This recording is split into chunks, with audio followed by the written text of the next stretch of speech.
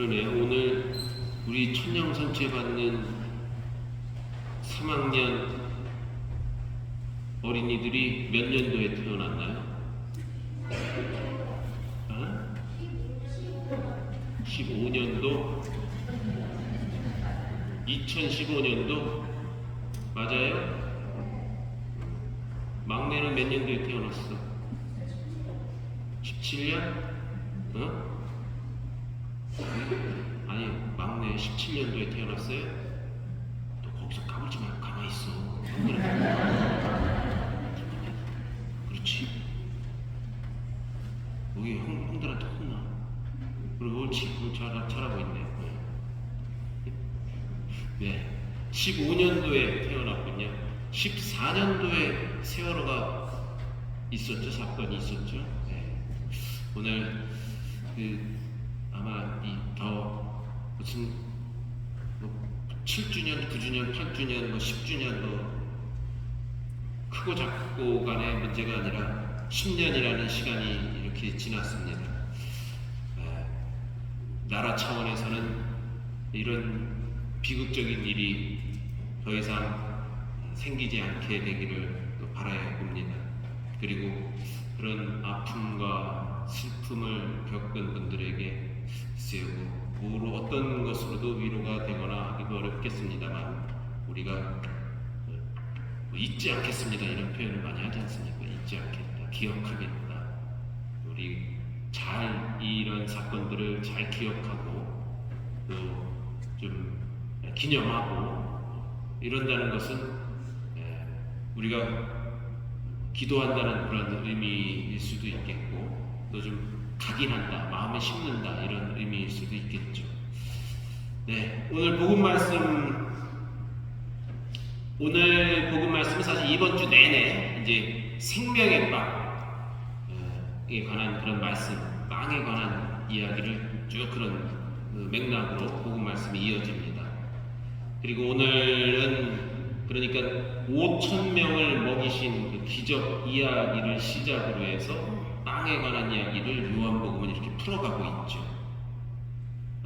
또 오늘 특히 복음은 이 구약성서 만나의 이야기하고 5,000명을 먹이신 이야기를 거쳐서 예수 그리스도 당신이 살아있는 생명의 빵이다 이런 말씀을 이어갑니다. 그래서 성서의 맥락을 보면 그 구약 시대에 그 유대인들이 이집트를 탈출해서 먹었던 그 만나와 구약 신약에 와서 5,000명을 먹이신 기적의 이야기와 그것이 오늘날 이 성찬의 전례 우리가 영하는 천년성체 이 영성체하고 이렇게 맥을 같이 이어오는구나 이런 신학적 흐름을 같이 좀 이렇게 갖고 계시면 훨씬 좋을 것 같습니다. 먼저 좀 독서 말씀을 좀 보고 싶어요. 마음의 화가 치밀어 스테파노에게 이를 갈았다라고 표현을 하고 있습니다. 네. 그리고 그 이를 갈고 있다가 돌을 집어서 이제 스테파노에게 던지게 되는 것이죠. 오늘 등장하는 이 스테파노 첫 순교자로 알려져 있습니다. 스테파노 하면은 생각나는 이분이 혹시 계십니까? 돌아가신 김수환 추기경님이 스테파노입니다. 스테파노 김수환 추기경님. 스테파노 축일이 언제인지 아십니까? 잘 알고 계시네요. 성탄 그 다음 날이 바로 아마도 교회는 첫 순교자를 기념하기 위해서 스테파노 그 축일을 순교한 날을 12월 26일 성탄 그 다음 날로 탄생을 경축하면서 바로 순교자를 기념하는 날로 아마 정하지 않았나 이렇게 생각이 듭니다. 자신을 위한 것이 아니라 하느님을 위해서 노력하다가 증거하다가 예수님을 드러내려고 하다가 결국 죽음에 이릅니다. 스테파노의 최후를 우리에게 이 사도행전은 전해주고 있는 것이죠. 스테파노는 초대교회의 공동체의 일곱 봉사자로 뽑혀서 많은 일을 했습니다.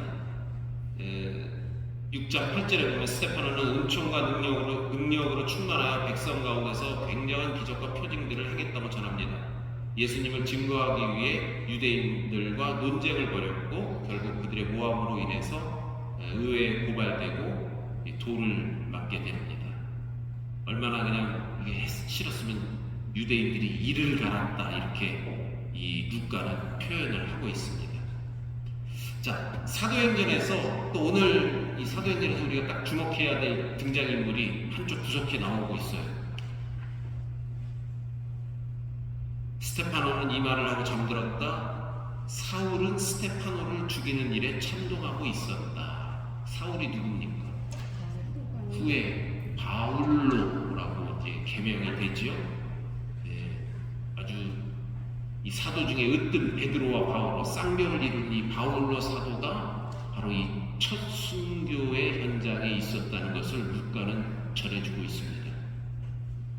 이 아주 천주교 신자들을 박해하는 그리스도교를 박해하는 그런 인물 사울이라는 인물을 살짝 크게도 부각시키지 않습니다. 살짝 등장시키는 루카의 기술이라고 볼 수 있겠죠. 첫 순교자의 탄생하는 장면에 한쪽에 서 있는 사울을 우리는 목격합니다. 그러면서 이제 이 사울의 이야기가 후반부로 가면서 개종하는 이야기, 또 바오로 사도가 전도여행을 하는 이야기를 쭉 이어가고 있죠. 자, 루카는 자신의 첫 번째 책, 이 루카복음을 쓰고 바로 이어서 바로 두 번째 책인 이 사도행전을 썼다고 이렇게 봅니다.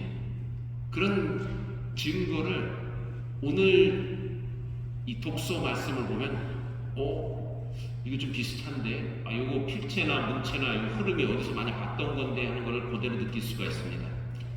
루카복음과 같은 저자의 작품이라는 관점에서 볼 때 스테파노의 죽음은 예수님의 순환사와 병행을 이루고 있습니다. 아주 비슷하게 묘사하고 있어요. 그러니까 작가가 같다는 것을 추측할 수가 있는 것이죠.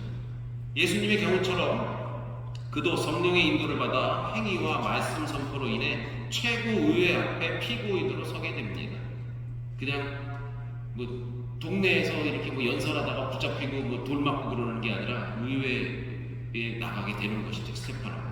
예수님과 마찬가지로 스테파노 또한 거짓 증인들에 의해서 고발이 됩니다. 똑같아요.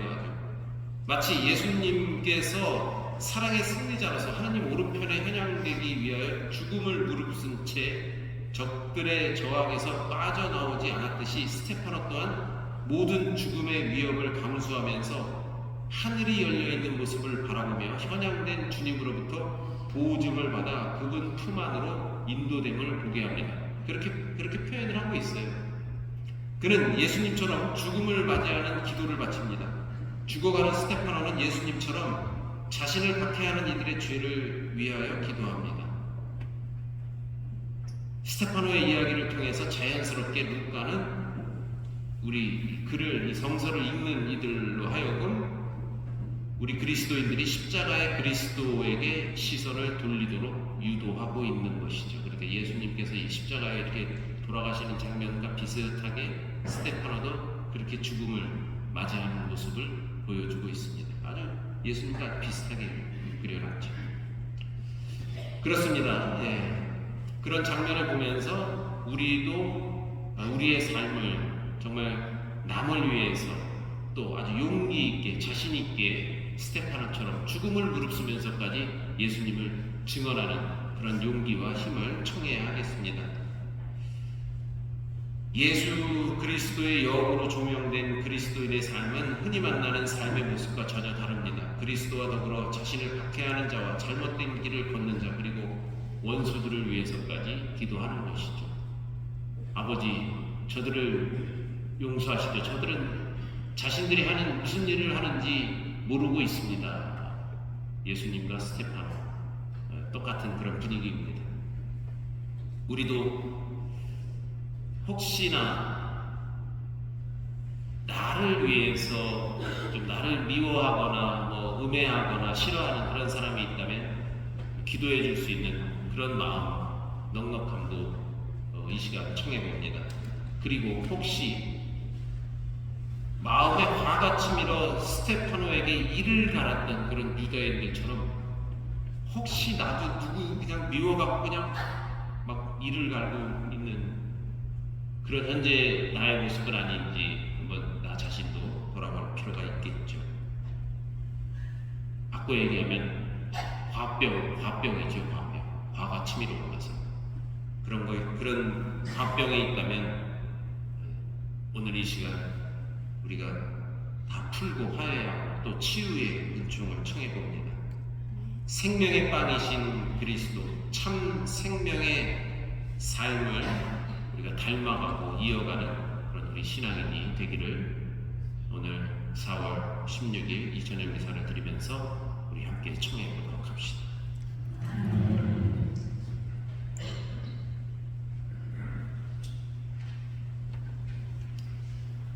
성찬의 전례가 시작.